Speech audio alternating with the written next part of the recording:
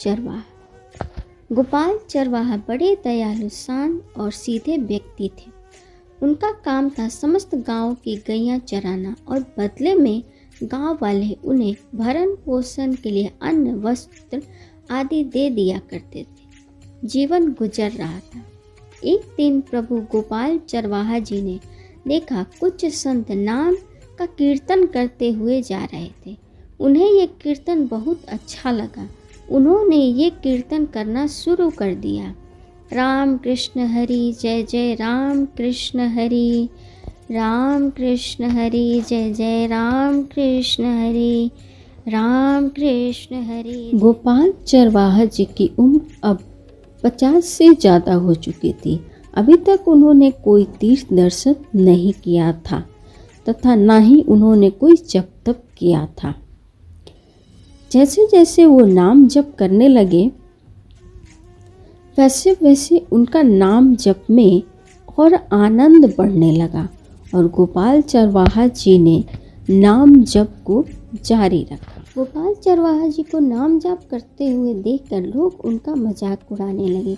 गोपाल चरवाहा जी कहते थे, मुझे तो नाम प्रिय है इसलिए मैं जपता हूँ। मैं किसी आकांक्षा को लेकर नाम नहीं जपता, किसी वस्तु की प्राप्ति के लिए मैं नाम जप नहीं करता। लेकिन लोग फिर भी उनका मजाक उड़ाया करते थे। मन में एक संदेह सा आ गया गोपाल चरवाहा जी के, लेकिन फिर भी वह नाम जप करते रहे।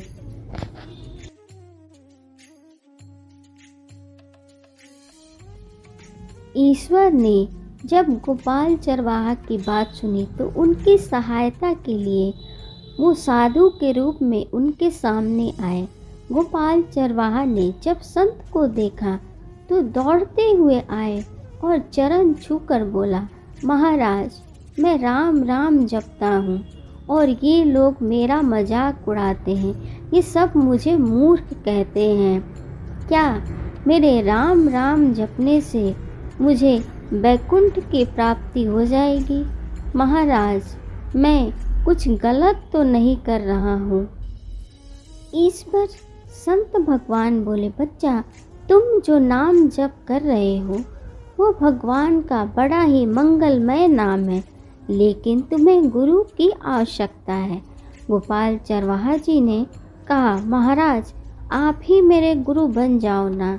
महाराज जी ने मुस्कुरा कर कहा, बच्चा मैं तीर्थ यात्रा पे हूँ, मैं ऐसा नहीं कर सकता, परंतु यदि तुम भगवान से प्रार्थना करो तो वे तुम्हें अवश्य ही गुरु के पास पहुँचा देंगे। अब गोपाल चरवाहा अपने सारे कार्यों को करते हुए गुरु की राह ताकने लगे। बहुत समय बाद उन्हें एक संत आते हुए दिखे। गोपाल चरवाहा दौड़ते हुए संत के पास गए और उनके चरणों में गिर पड़े। उन्हें देखते ही गोपाल चरवाहा के हृदय में सात्विक भाव आने लगे, जैसे वे ही उनके गुरु हों। उन्होंने संत भगवान के चरण पकड़ लिए और कहा, प्रभु मुझे गुरु मंत्र प्रदान करें। उन्होंने संत भगवान से कृपा कर गुरु मंत्र प्रदान करने के लिए कहा। संत भगवान ने गोपाल को स्नान आदि से निवृत्त होने के बाद नियमों की बात की, क्योंकि मंत्रों के साथ कुछ नियम तो करने ही होते हैं।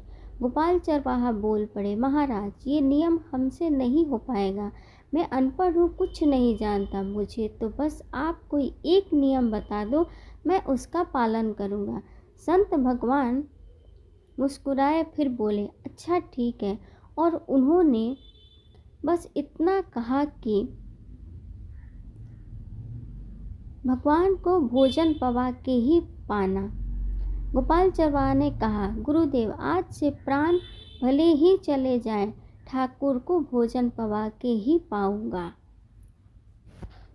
अब तो भोजन आया। उन्होंने पुकारा, हे गोविंद आओ भोजन पालो। सुबह से शाम हो गई, भोजन नहीं पाया।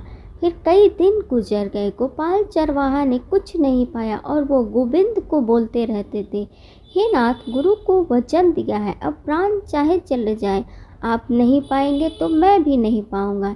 ऐसा करते हुए 27 दिन गुजर गए अब तो गोपाल चरवाहा जी न उठ पा रहे थे, न बोल पा रहे थे। आज जब भोजन आया तो उन्होंने भगवान को मन ही मन पुकारा और कहा, हे नाथ, आज आप आ जाओ या फिर अपने वहाँ ले जाकर ही मुझे पवाना। इतने में भगवान वहाँ प्रकट हो गए। अलौकिक रूप पीताम्बरधारी मोर मुकुट धारण किए हुए भगवान त्रिभंग ललित मुस्कुराते हुए गोपाल से बोले, गोपाल। गोपाल ने आंखें खोली, परंतु भगवान के दिव्य प्रकाश के कारण उसकी आंखें बंद हो गईं। अब तो अंदर और बाहर दोनों ही तरफ गोविंद ही दिखने लगे। भगवान ने कहा, मुझे तुम्हारे ही जैसे भक्त पसंद हैं। भक्तों के हृदय में वास करना मुझे अच्छा लगता है तथा मुझे तुम्हारी प्रेम पागी ये रोटी बहुत पसंद है। भगवान ने गोपाल चरवाहा को ढेर सारा प्रेम दिया और आशीर्वाद देकर वहाँ से अंतर ध्यान हो गए। प्रेम से बोलिए श्री राम।